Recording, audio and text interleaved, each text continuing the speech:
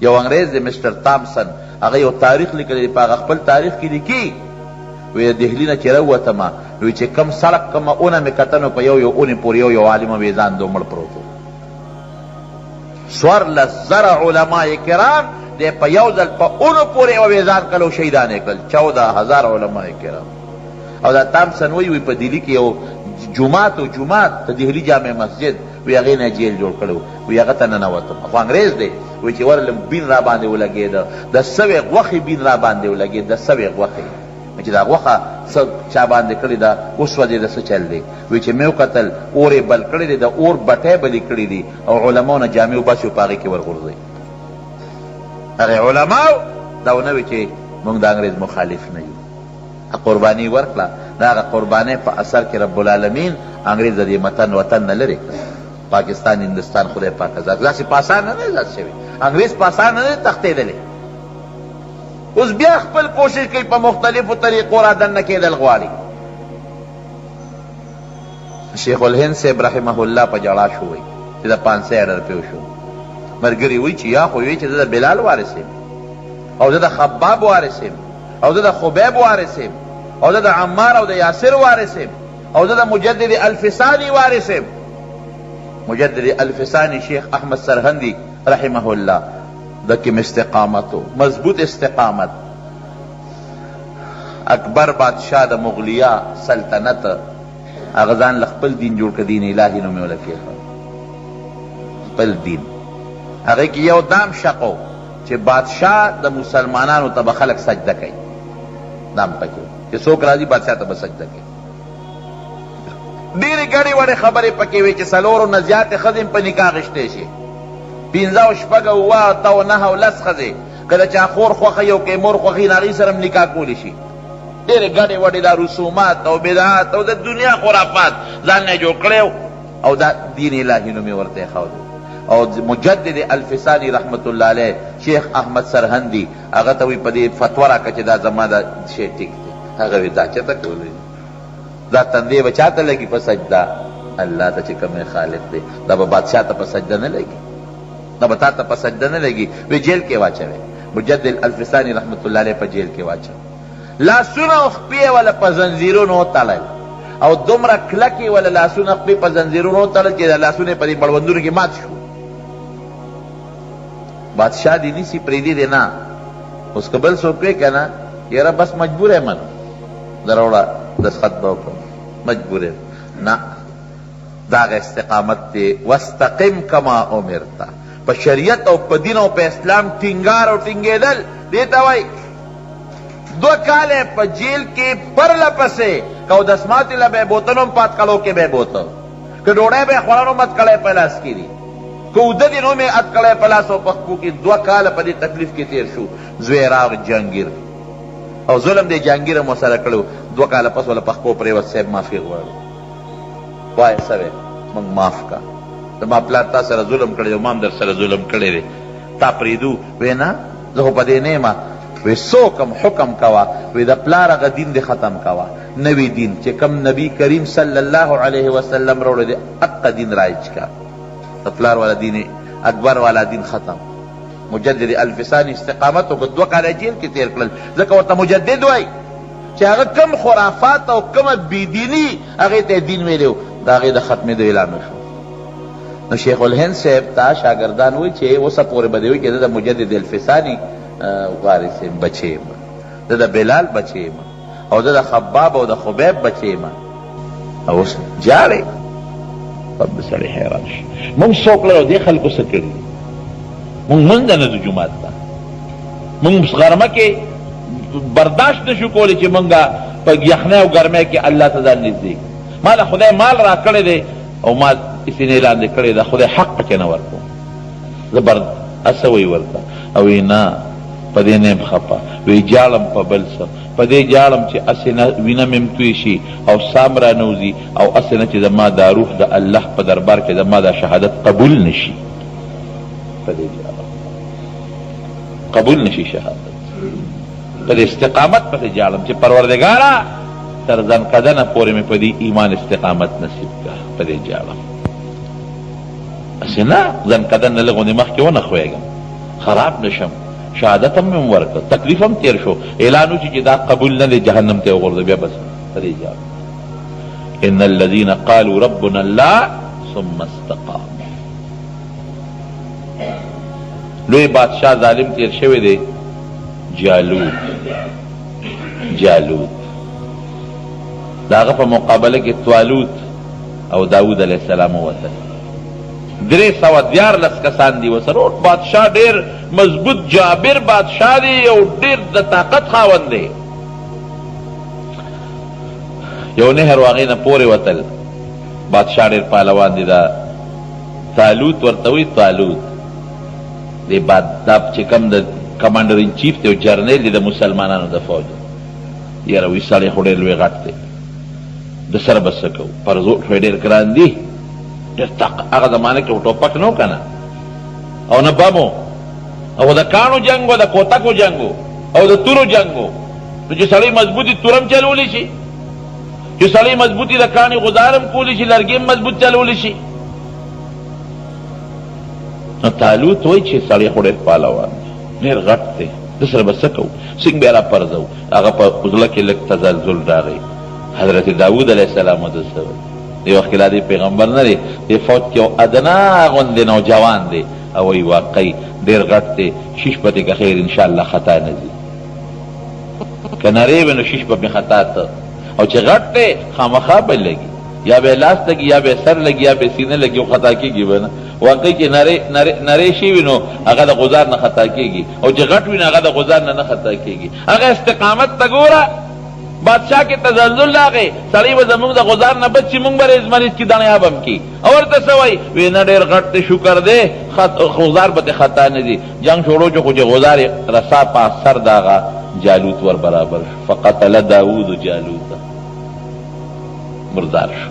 استقامت چې وي که نه، د بدر په 314 صحابه کرامو کې استقامت و. ګوره څومره سخت وخت دی، مسلمانانو سره 8 توري دي، او کافران ټول مسلح دي. مسلمانانو سره 2 آسونه دي، کافران ټول مسلح دي، او مسلمانانو سپلیم نشته، غریبانانو خپیم لخپی دي، جامیم نشته تلیدلی دي، او حضور پاک مبارک دی، او سپر لاندې عریش سپر ته دی، او سپر لاندې ولاړ دی. الله ته لاس پورته کړی دی، اے پروردګار الله دا 314 مې راوستي دي. یا خدایا ډېر کمزوري دي غریبانان، الله عجزانان، الله بربند دي، الله نار دي. الله ما به نه ذلیل کې، ما به نه رسوا کې پروردګار. دا غریبانان مې راوستي دي. الله که دا نن په دې میدان کې مړه شو، تر قیامته پورې ستا د نوم اخیستو والا به څوک پاتې نه شي. زاره سره لګیا دی رسول الله مبارک دعاګانې کوي، یا الله ما به نه ذلیل کې، الله ما به نه رسوا کې، ما سره دې وعده کړې ده. او دومره تکلیف کې شو علیه السلام چې د سر نه صادر مبارک لاندې پریوت. حضرت ابوبکر صدیق راځي. ګوره استقامت دې ته وایي. په کار دا وه چې وایي چې صاحب لږ نوره مو جاړه، ګورې لوی دشمن دی. او صحابه وایي چې صاحب جنګ نه کوو، دشمن ډېر مضبوط دی، جنګ نه کوو. حضور پاک مبارک صحابو سره مشوره کوي. یو میدان کې صحابو سره برک الغیمات کې مشوره کوي، لا دشمن شته دیم نو مشوره کوي. نبی علیہ السلام مبارک پیشنګویي ورکړه، وی کم مونږ د ابو سفیان قافلې پسې روتي و ارانه بچ شوه، او د ابو جهل لښکر راغلی دی، ټول مسلح دي، څوک مشوره راکې؟ اشیرو علی ایها الناس، مشوره راکې. په کار دا وه چې مشوره دا وه چې صاحب واپس ځو، ځکه مونږ خو د دومره لوی لښکر مقابله نه شو کولی، لښکر سره لا مخامخ کېدل هم نه دي شوي، لښکر لا لرې دی. صاحب ځو چې ته بیا به مضبوطې دغه به راوړو، وسله به راوړو، بیا به راځو. حضرت ابوبکر صدیق ډېر خشته تقریر وکړو. حضرت عمر انصارو ته نبي علیه السلام کتل، اشیرو علی ایها الناس، ملګرو مشوره راکړئ. حضرت زید ابن ارقم رضی الله عنه پاڅېده. د الله رسوله ستا اشاره جوړ مونږ ته ده، قسم په الله ستا په لاس کې ملا ستر کړی او بیعت هم کړی، مونږ به ستا نه مخکې هم جنګېږو، ستا نه به وروسته هم جنګېږو، ستا نه ښي طرف ته به هم جنګېږو، ستا نه ګس طرف ته به هم جنګېږو. مونږ ته حکم وکړه چې په دریاب خپل اسونه ور واچوې، په دریاب به خپل اسونه واچوو. مونږ د موسی علیه السلام د قوم په شان قوم نه یو چې موسی علیه السلام ورته وایي جهاد وکړې، او دوی ورته وایي اذهب انت وربک فقاتلا انا هاهنا قاعدون. زه او ته خدای دې جنګ کوې، مونږ د جنګ نه یو. مونږ هغسې نه یو. مونږ به ته ووینې چې مونږ به څنګه جنګ کوو. د حضور پاک مخ مبارک داسې روښانه شي. صحابه وی افسوس چې د دې صحابي په دې دا خبره ما کړې وي، بل وی افسوس چې دا مرتبه ما ته میلوي، دا خبره ما کړې وي، بل وی افسوس چې دا ما کړې. د استقامت وایي صحابو ته چې بس خبره راله وی څه دي خو مړه به شو جنت ته وځو که نه، څه به مونځونه کوو، روجې به نیسو، حجونه به کوو، بلا قربانۍ به کوو، په اسانه به جنت ته وروځو. نو حضور پاک دعا شروع کړه. نو چې کمزوري ایمان وي نو بیا به څه ورته یاره صاحب واپس ځو ښه، یاره صاحب لکه دعا نوره مو کړه، پرېږدی چې لږه دعا نوره مو کړي، لږ نوره مو جاړي. حضرت ابوبکر ورته څه وایي حسبک یا رسول الله، بس نور دعا مه کوه. جاړي ورته نور به ځان نه کړی. بس حضور پاک راووت د هغه سفر نه، کار وشو سیهزم الجمع ویولون الدبر. الله آیت نازل کړي چې موږ له به الله ګټه راکوي به تاوان. استقامت دې ته وایي. ان الذين قالوا ربنا الله ثم استقاموا. الله دې زموږ استقامت نصیب کړي. دا په صحابو کې، دا په تابعینو کې استقامت په دین او په شریعت. په معمولي اخوا دېخوا به ایمان نه پرېږدی. استقامت دې ته وایي. لږ غوندې تکلیف سره د ایمان نه ځان نه وباسي چې زه مړه خپل کار به کوي. استقامت په دین ټینګېدل دا اسانه خبره نه ده، دا ګران کار دی. دا هغه څوک کوي چې څوک چا خدای ته ډېر ځان نږدې کړي.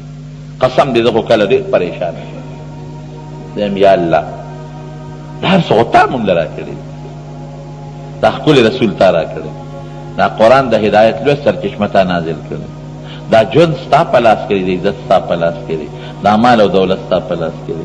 قسم دې چې یو غواړي هر څه کولی شي که نه شي کولی، یو ساعت سره دې ختمولی شي. په جمدې جوړ جاړ به ناست دی، بچو سره گپ شپ په لګې او ټس بالغ ته به ډډه ویې ختم. یو ساعت سره دا پکې اوس نشته. هغه مرګونه لاړل چې هغه پخوا به څوک میاشت او 2 میاشتې به په هسپتال کې پراته وو، وارثان به ورته لنګې ته ناست وو، چا به ورله خپې مږلې او چا به ورله لاس مږه، او وی به دوا وله وکړي چې خدای پاک پرې رحم وکړي. اوس خبره د ټسو غړپ ده.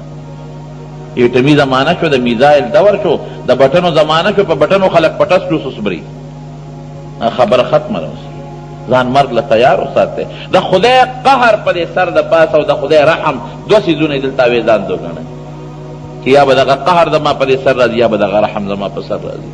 ځان د خدای نه باغیان مه جوړوئ، د الله نه باغیان مه جوړوئ. ځان دا یقین وساتئ چې زما ژوند د الله په لاس کې دی، زما مرګ د الله په لاس کې دی، زما بچي د الله په لاس کې دي، زما عزت د الله په لاس کې دی، زما د دنیا ټولې خزانې د چا لاس کې دي؟ د الله په لاس کې دي. زما حرکات سکنات اوړېدل ګرځېدل دا ټول الله سره دي. او دام یقین وساتئ چې الله په موږ ډېره مهربانه ذات دی. الله عزت چې موقع د قهر او د غضب راشي نو قهر رستو کوم، غضب رستو کوم، چې د رحم او د غضب راشي نو رحم مخکې کوم.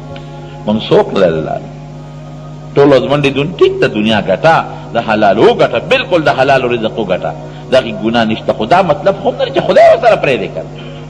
پای سړی لکه رزق حلال عبادت دی، نو رزق حلال عبادت دی، خو مونځ خو عبادت دی که نه، روژه م عبادت دی، حج م عبادت دی، پردي مال نه ځان ساتل م عبادت دی که نه، حرام نه ځان ساتل م عبادت دی که نه. دغې ته هم له سوچ وکړه. یوازې خدا نه چې رزق حلال ټول او څاره منډې دي او ترړې دي، بچي دي، لس دي او ټول دي د دنیا پسې وقف کړي دي، نو د خدای دین ته هم لږ مخکې که نه. ټول لګي اخبار ګورې، رسالې ګورې، لږ قرآن شریف خو هم راواله، د خدای د قرآن یو پاڼه خو هم ووایه. منډې د انګلینډ دی او امریکا ده او برطانیه ده، لږ سعودي ته خو هم مخکې که نه، د بیت الله مبارک او مدینې شریفې ته دې هم لږ مخکې که نه. یارانو او دوستانو سره گپ شپ د سار نه ماښامه پورې منډې تړلې دي. نن هغه له غم خادي څه شی دی؟ غم خادي امر دی زه ورځم او نن درېیمه ده او نن هغه خادي ده او نن یې میلمانه دي او نن دا دي. نو لږ د خدای د کور سره هم دونه تعلق وساته که نه. کم تعلق چې په ګاونډ کې او په یار دوست کې خلکو سره یارانو سره ساتلی دی، نو د هغې یو صله به یې خو رب سره وساته. د رب چې کوم خلک خوښ دی هغې سره خو ساتله. خو لږ سوچ وکړئ وروڼه، مونږ په کوم طرف روان یو؟ ژوند مونږ ټول په دې برباد کړ. سار نه ماښامه پورې په کور کې 2-3 کسه دې ته وقف دي چې مازدیګر تنګینه واله 400 او پېښوره پورې غم خادي دی، هغې له منډې تړلې دي. سار روان شي ماښام راولې، هلته مې دوست هغه له مبارکي ده، هلته د هغه سنت و د هغه مبارکي ده، هلته کې هغه مړ دی، د هغه درېیمه ده، نن د هغه 40مه ده، نن دا دي هغه دي.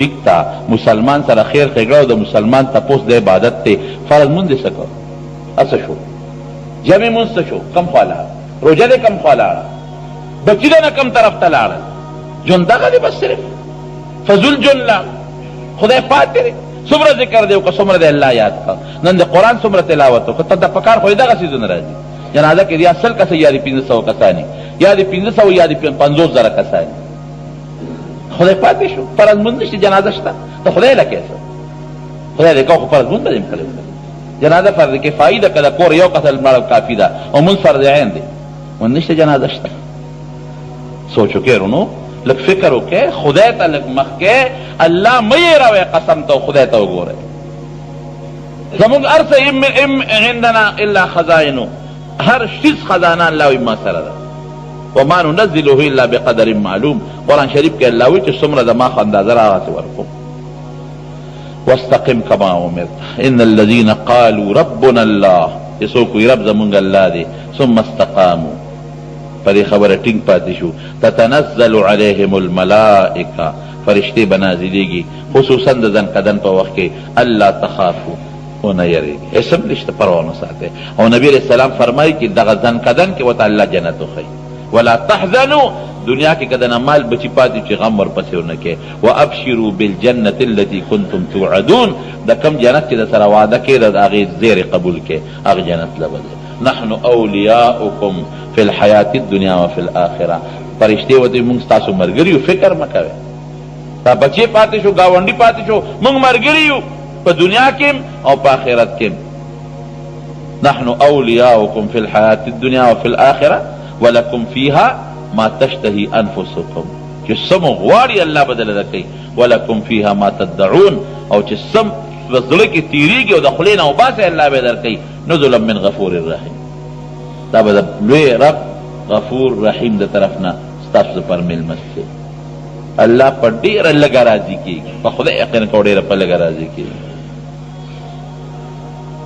پس ډېر لوی محنت نه غواړي لږ محنت غواړي په لږه راضي کېږي الله دې په مونږ کې استقامت پیدا کړي استقامت په دین نو نبی کریم صلی الله علیه وسلم نه تپوس کېږي وی صاحب شپتا وی سپینګیرې شوې دې آیات ته اشاره کوي وی د استقامت سپینګیرې کړم چې په خپلم استقامت کې پاتې شه او امت تم کلک کا چې دین تر اخره پورې په دین باندې کلک او برابر پاتې شي نو دا کمزور ایمان چې دی کمزور ایمان په دې باور مه ساتئ کمزور ایمان باندې باور مه ساتئ چې ګنې دا ما سره آخرت ته پورې ټینګ پاتې شي په 10 روپۍ در دلته ختمېږي لکه غوندې ګراني در باندې راشي معمولي د جومات نه سپلی پټې شي نو خلک بیا دغه ته کنځل کوي دین او اسلام پسې کنځل کوي لکه دین خدا نه پټ دین خو دا کار مه کوه اسلام خو د ضیاءالحق صاحب په زمانه کې چې بلک شی ګران شو خلکو به اسلام ته کنځل کو که معمولي بس هغه خواجه خلکو به اسلام ته کنځل کو دا اسلام دی دغه دین دی خدای نو دین او اسلام خو تا ته وایي دا مه کوه اوس ما ګناه وکړه ما غلطي وکړه دا خو دین غلطي نه کوي ما غلطي وکړه غلطي خو هر سړی پېژني تا غلطي وکړه مسلمان غلطي وکړه شیخ چې غلطي وکړي خلک ګیري پسې کنځل شروع کړي هلکه اوس یو سړی هغه په سایکل روان و بلې و وایي شیخه دا دې لا ګیره ده نه وایي دا بریکونه خو زما په ګیره کې نه دي خو مې په لاس کې دي زما ګیره خو ګناه نه ده کړې که حاجي صاحب لږ غلطي وکړي خلک حج پر یا د لا حج کړی دی یا د حج کړی ټیک ته ښه خبره ده چې حج سړی وکړي نو لږ احتیاط دی کوي نو څه به کوي حاجي به په دنیا کې نه اوسي نو ګناه وکړله او غلطي وکړله نو حج ورته ولې یادی داسې ووایه که چې دا ته پښتون یا ته پلان کې کلي یې یا ته لا مشر یې دا لفظ ووایه بعضې خبرې زموږ نه په بې سوچه کې غلطې خبرې سوچ سره قدم اخیستل پکار پروردګار دې په موږ کې استقامت پیدا کړي یا الله ته زموږ دا ایمان موږ سره قبر ته و آخرت ته ورسولی یا الله د ایمان د زوال نه وساتي الله زموږ د نبی کریم صلی الله علیه وسلم اتباع او تابعداري نصیب کړي هغه د سنتو پابندم جوړ کړي او خدای د مصیبتونو او د تکلیفونو او د دنیا او د آخرت د فتنو نه رب العالمین په امن او امان کې وساتي